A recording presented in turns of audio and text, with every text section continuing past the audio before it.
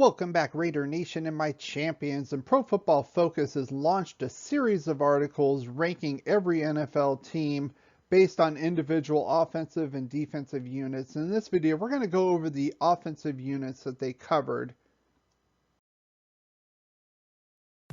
Now, those of you who have seen my pre-draft Mike Mayock video, Cracking the Code, know I used what I call ciphers, and I would just use pictures to determine what I felt about what he was saying in individual statements. I'm going to do this similarly to this PFF articles, but I'm going to take it a step up. I'm going to use these animated GIFs, and I'm going to explain each one of these. So the first one here is a guy kind of dancing. So basically this is, I agree with what they said, and I'm pretty excited about that. The second one here is, yeah, I agree.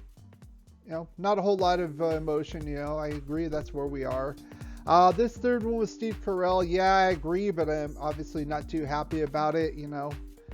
This next one is, I think they're kind of selling this player, this guy short. So just you wait and see this season, and you're probably going to be surprised. This one here with Kenan Thompson from SNL. It's kind of like, are you sure about that? Not so sure about that ranking. And then this one with Denzel shutting the door on the guy. Basically, it's just saying, you're way off, get the fuck out of here with that. So let's get to it. Now, the first area we're going to cover is offensive line. And here's a snippet from the article itself. And it kind of mentioned that we finished 24th in their rankings at the end of last season. And they said mainly due to injuries to two key starters. They didn't mention names, Gabe Jackson and Trent Brown.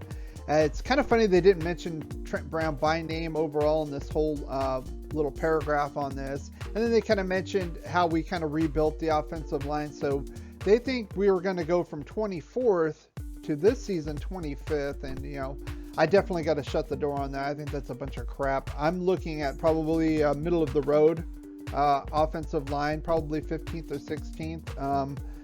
They kind of are living off of a couple years ago where we were like a top 5, top 10 type of offensive line, and it has really regressed since then.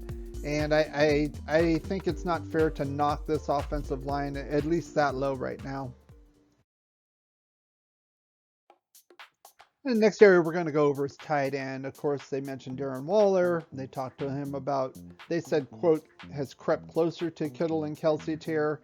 I would disagree with that. I think all three of those guys are in the top tier themselves. However, they did rank Waller third. And, I'm happy with that. Personally, I think I would put him second right below Kelsey. I think he's higher than George Kittle. Kittle's been very injury prone of late.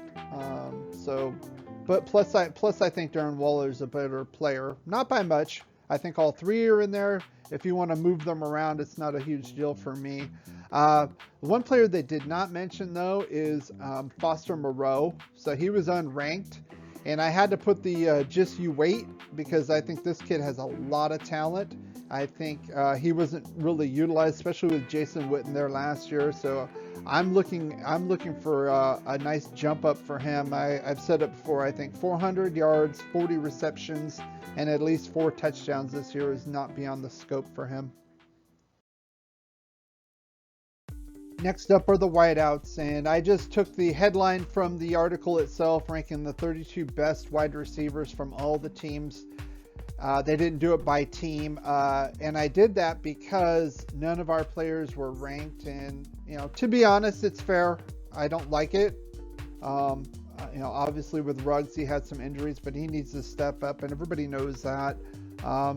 So I'm looking forward to kind of seeing a jump, a progression here. And also Bryan Edwards. I think he's a sleeper for us. He's very talented, and would not surprise me if he ended up being our wide receiver 1 at some point.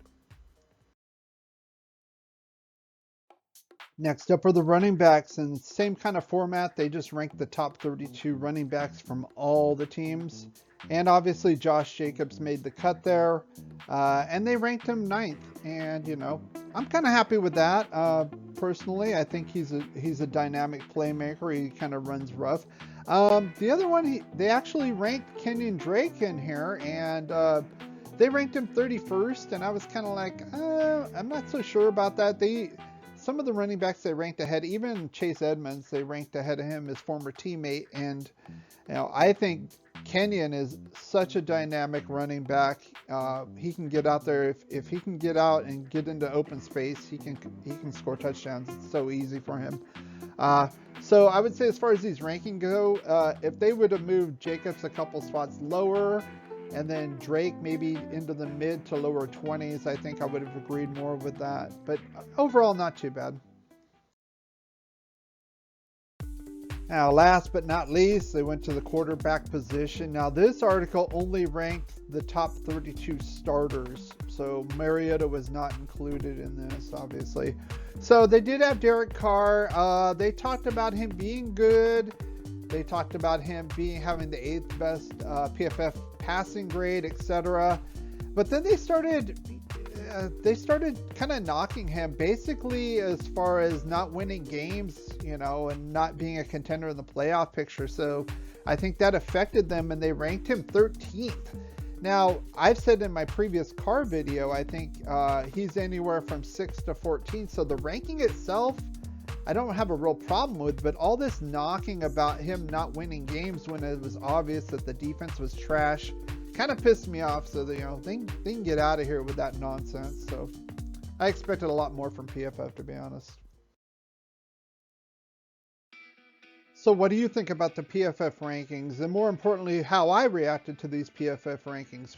Put your comments in the comment section below. I read every comment. I answer most comments back. If you did enjoy this video, give it a thumbs up, like, share, and subscribe. Thanks for watching and supporting this channel, and as always, go Raiders.